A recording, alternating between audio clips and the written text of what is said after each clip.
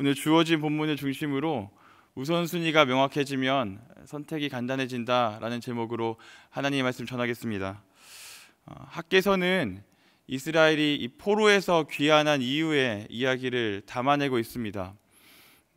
고국으로 복귀한 그 이스라엘은 가장 먼저 그들의 정체성과도 같았던 이 성전의 터를 닦기 시작하는데요. 아마 이들은 다시 한번 성전의 재건을 통하여서 하나님의 언약이 성취되는 것을 보고자 했던 것 같습니다. 그런데 그 일이 이렇게 쉽게 진행되지만은 않습니다. 여러 가지 문제들이 있는데요. 먼저 그 땅에 먼저 자리 잡고 있었던 사마리아인들이 적극적으로 공격을 합니다. 성전에 짓지 못하도록 내분을 일으키고 비방하면서 성전 짓는 것을 굉장히 이렇게 방해하고 공격을 합니다. 또 이 처음 이들이 고향으로 돌아올 수 있게 했던 고레스 칙령 이후 오늘 본문 당시의 왕이 다리오 왕인데 이 사이가 15년입니다. 근데 15년 동안 왕이 4번이나 바뀔 정도로 이 국제 정세가 굉장하게 불안합니다. 사실 제일 큰 것은 이들에게 가난이었습니다. 오늘 읽지 않았지만 1장의 10절과 11절을 보면 이 한재와 가뭄에 대한 이야기가 나옵니다. 그것을 미뤄보아서 아마 이들은 굉장히 궁핍하고 결핍이 있었던 인생들을 살았던 것 같습니다. 여러분, 그냥 우리가 좀 상식적으로 생각해 보더라도 속국으로 돌아와서 폐허가 된 땅에 살아보려고 하니까 그것이 얼마나 쉽지 않은, 얼마나 녹록지 않은 그런 인생들이었겠습니까? 이들의 삶이 쉽지가 않습니다. 아마 이들은 장밋빛 인생을 꿈꾸면서 그렇게 고향으로 돌아왔을지도 모르겠습니다. 그러나 그들을 기다리고 있었던 것은 굉장한 가뭄과 살아내야 하는 삶의 무게들만 남아 있었습니다. 이렇듯 삶의 무게가 무겁다 보니 이들은 이내 성전을 짓는 것을 멈추게 됩니다. 이스라엘 백성들은 끊임없이 자신들이 가지고 있는 한계와 장애들을 개진합니다. 그러면서 이렇게 이야기하는 거죠. 지금은 성전을 지을 때가 아닌 것 같다. 아직은 성전을 지을 때가 아닌 것 같아. 이렇게 성전을 짓는 손길을 멈추기 시작합니다. 어떤 면에서 우리는 이해할 수 있을 것 같습니다. 여러분, 이스라엘 백성들이 성전을 짓지 않으려고 했던 것이 아닙니다. 그렇죠? 성전을 지으려고 했습니다. 열심히 노력하였고 나름대로 자신들의 자원과 인력을 통해서 성전을 짓는 것들을 시도했습니다. 그러나 외부적인 요인들이, 내부적인 죄나 내부적인 어떠한 것들이 아니라 외부적인 요인들이 이들의 성전을 향한 손길을 멈추게 합니다. 이것은 어떻게 자신들의 손으로 해볼 수 있는 일이 아니었습니다. 시대가 힘들고 상황이 힘들고 구조가 힘들게 하자 내가 어떤 힘으로 이것들을 타개할 수 있을 만한 것들이 없어 보이는 현실을 살고 있었던 겁니다. 조류에 휩쓸리듯 시대의 여건과 상황에 떠맡겨버리는, 휘둘려버리는 그런 상황 가운데 있는 거죠. 사랑하는 여러분, 저는 성전 재건이 멈춘 이스라엘의 모습을 보면서 마치 오늘날 우리의 모습을 보는 것 같습니다. 여러분, 오늘 우리가 살아가는 모습은 어떻습니까? 경제적 요건 때문에 이 결혼과 연애를 포기한다고 말하는 청년들을 바라보는 세대를 살고 있지 않습니까? 취업이 도무지 잘 되질 않습니다. 가계의 사정이 나아지질 않습니다. 저는 어느 순간부터 뉴스를 보고 신문을 보면서 좀 경제가 나아졌다라는 이야기를 들어봤던 적이 한 번도 없는 것 같습니다. 삶이 퍽퍽하고 일상을 살아내기가 녹록지가 않습니다. 심지어 이 모든 것들은 우리가 어떻게 해결할 수 있는, 우리 스스로가 뭔가 타개할 수 있는 그러한 문제가 아니라 시대와 상황과 여건이 우리를 힘들게 하는, 그래서 그 구조 속의 작은 개인은 어떠한 것도 할 수 없을 것 같은 그러한 상황을 우리가 살고 있지 않습니까? 그러니 본문 당시의 상황과 우리의 상황이 크게 다르지 않은 것 같습니다. 그래서 성전을 향한 손길이 멈춘 것을 너무 쉽게 손가락질하면서 비난하는 것은 너무한 일이 아닌가, 그렇게 좀 돌아보게 됩니다. 어느 정도 이스라엘 백성들의 상황이 공감이 되는 것 같아요. 그렇다면 우리의 공감과 우리의 입장이 아니라 하나님은 어떻게 바라보시는가, 오늘 말씀 4절과 5절에 드러나는데요. 우리 자막을 좀 띄워주시면 4절과 5절 말씀을 길지 않기 때문에 한 목소리를 읽었으면 좋겠습니다. 우리 함께 읽겠습니다. 시작. 이 성전이 황폐하였거늘 너희가 이때 판벽한 집에 거주하는 것이 옳으냐. 그러므로 이제 만군의 여호와가 이같이 말하노니 너희는 너희의 행위를 살필지니라. 이스라엘은 이렇게 이야기합니다. 너무 힘들어서, 하나님 너무 힘들어서 지금은 성전을 건축하는 것이 쉽지가 않을 것 같습니다. 지금은 상황이 그렇지가 않습니다. 주님, 이렇게 말하고 있습니다. 그러면서 자신들의 문제를, 자신들의 장애와 한계와 결핍을 끊임없이 합리화하는 거죠. 그런데 하나님은 그러한 상황을 바라보시는 것은 아닌 것 같습니다. 하나님의 시선이 어디에 있다고, 하나님은 무엇을 바라본다고 말씀이 준 겁니까? 그들의 판벽한 집을 바라보십니다. 여러분이 판벽하다라는 말은 조금 먹고 살만한 환경을 넘어서서 조금은 호화롭고 조금은 더 윤택하고 기름지게 살아가는 삶의 모습을 말합니다. 여기서 성전 건축이 멈춘 그 현장에서 학개 선지자의 입을 통하여서 하나님이 말씀하시는 겁니다. 이 성전은 다 폐허가 되었고 잿더미가 되었는데 너희는 먹고 살만하니까 좋니? 나의 집은 다 망가지고 깨어져서 이제 재건해야 될 손길들만 남아있는데 너희의 집은 좀 살만한 것 같구나. 너희가 그러한 일상을 살고 있으니 너희가 좀 살아볼만 하니? 좀 어떠니? 이렇게 물어보시는 겁니다. 폐허가 된 성전과 먹고 살만한 이스라엘 백성들의 집 그 한가운데서 하나님이 반문하시는 거죠. 그러면서 질문이 이어집니다. 5절에 이렇게 말씀하시죠. 너희는 너희의 행위를 살필지니라. 사랑하는 여러분, 이스라엘을 향한 하나님의 요구는 이것입니다. 이스라엘을 향한 하나님의 마음은 이러한 것입니다. 우선순위를 명확하게 하라. 너희의 우선순위를 좀 명확하게 해야 되지 않겠냐? 하나님이 학개 선지자를 통해서 그 폐허가 되고 재건되지 않는 성전 한복판에서 말씀하시는 겁니다. 너희의 우선순위를 좀 명확하게 하라. 이스라엘에게 치명적인 문제가 하나 있었습니다. 그것은 결핍과 궁핍과 가난과 한재가 아니었습니다. 그들의 진짜 문제는 무엇입니까? 삶의 현실과 문제를 너무 크게 본다는 겁니다. 삶의 현실에 매몰되어서 삶이 주는 그 한계를 합리화하는 것, 그래서 하나님이 크게 보이지 않는 것이 문제였습니다. 이스라엘이 겪고 있는 진짜 문제는 가뭄 따위가 아니었습니다. 하나님이 눈에 보이지 않고 현실에 매몰되는 것, 여러분, 그것이 이스라엘의 진짜 문제였다라는 것입니다. 사랑하는 여러분, 문제가 없다라는 것이 아닙니다. 문제가 별거 아니라는 그런 이야기를 지금 하나님이 하시고자 하는 것이 아닌 것 같습니다. 우리가 흔히 신앙적으로 해석하여서 자주 쓰는 용어 중에 존귀하다라는 용어가 있습니다.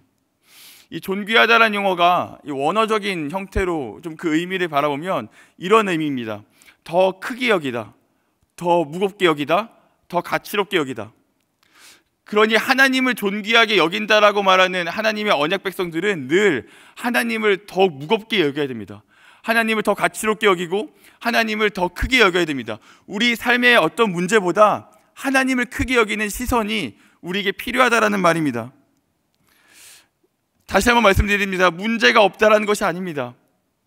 한계와 결핍이 없다, 너희에게 그러한 가뭄과 한재가 사실은 없다, 이런 말을 하나님 하시는 것이 아니라 그 문제보다도 나를 좀 더 크게 여겨야 되는 거 아니겠니? 그러한 문제보다도 나를 조금 더 존귀하고 가치롭고 무겁게 여기는 게 너희의 삶의 중심에 있어야 되는 거 아니겠니? 여러분, 하나님이 이스라엘 백성과 오늘을 살아가는 우리에게 그렇게 말씀으로 요구하신 것 같습니다. 사랑하는 성도 여러분, 여러분들은 얼마나 하나님을 존귀롭게, 하나님을 더 가치롭고 하나님을 더 무겁고 더욱더 큰 분으로 여기고 계십니까? 실상 우리는 나와 기도한다라고 말하지만, 하나님을 사랑한다라고 고백하지만 사실은 실상에서, 우리의 일상에서 하나님보다 우리의 문제를 더 크게 여기고 있지 않습니까?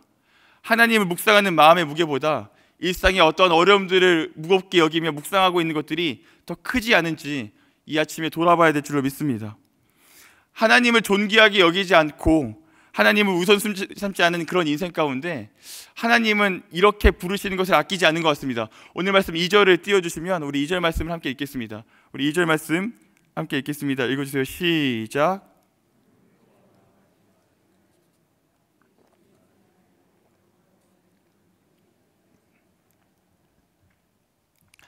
사랑하는 성도 여러분, 하나님이 보통 그분의 백성을 부르실 때 특별하게 예언서에서 징계 이후의 회복을 말씀하실 때 하나님은 늘 내 백성이라고 말씀하십니다. 그렇죠?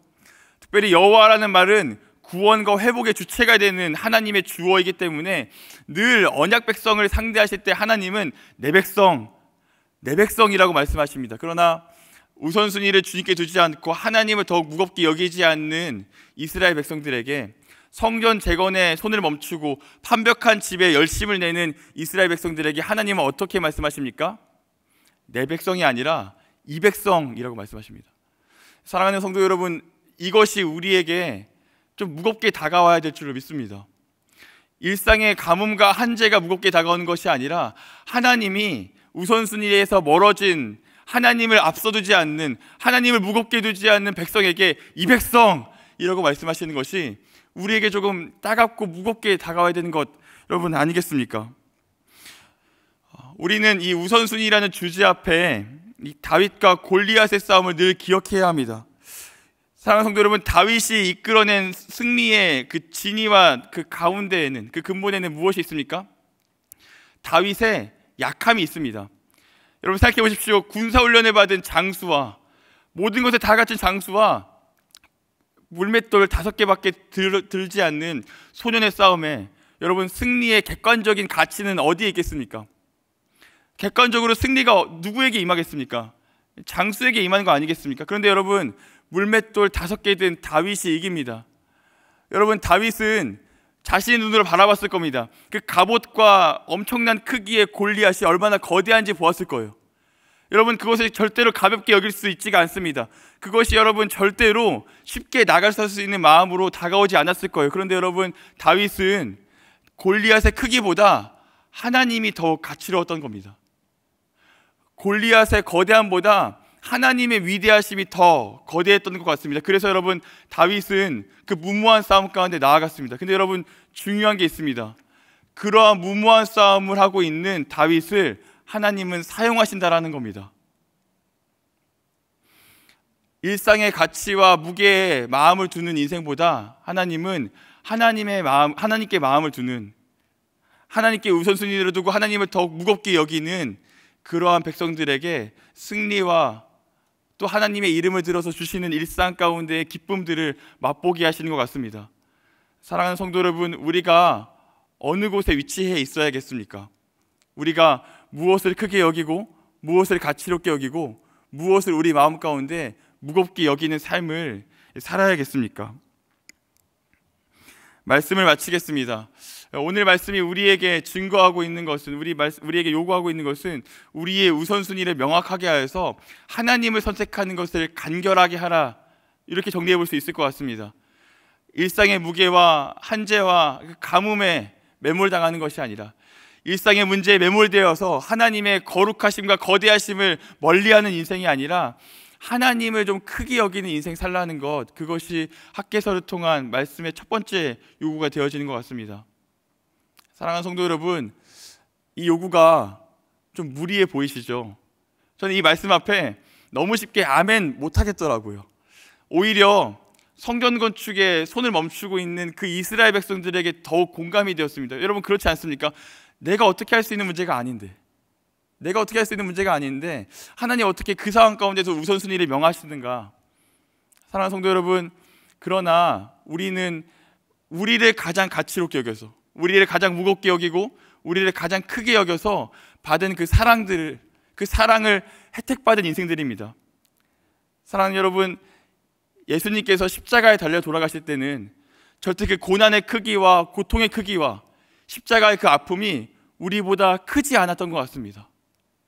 여러분, 세상에 어떤 아버지가 아들이 갈갈이 찢겨 죽게 되는데 그 죽음을 목도하면서 그냥 그렇게 바라볼 인생, 여러분 어디 있겠습니까? 근데 여러분, 하나님은 적어도 자신의 아들을 내어주고 찢기는 거에 있어서는 우리가 더 앞섰던 것 같아요.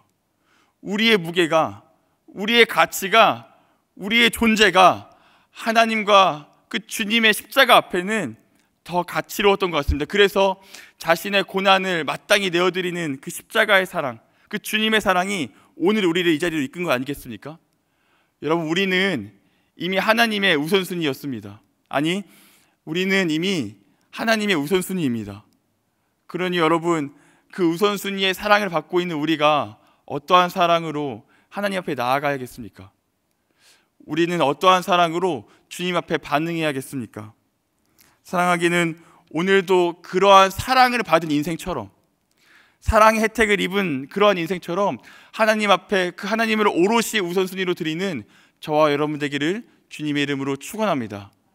우리 이 시간 함께 기도하시겠습니다. 오늘 받은 말씀을 좀 기억하시면서 하나님, 그렇습니다. 내가 나의 인생에, 나의 삶에, 나의 한계와 문제에 매몰당하지 않고 하나님을 우선순위로 두는, 하나님을 가장 큰 분으로 여기는, 가장 가치로운 분으로 여기는 그러한 시선이, 그러한 감각이 살아날 수 있도록 인도하여 주시옵소서. 오늘도 하루를 살아가면서 일상에 매몰되는 것이 아니라 그 하나님이 우리의 주인 되신다는 것에 우리의 시선을 맞추고 나아갈 수 있는 인생 될 수 있도록 그렇게 인도하여 주시옵소서. 우리 함께 기도하심으로 나아가시겠습니다. 기도하시겠습니다. 하나님 아버지, 오늘도 말씀 앞에 설 수 있게 하신 그 은혜와 사랑에 감사합니다. 하나님, 우리는 어쩌면 하나님이 아닌 다른 어떠한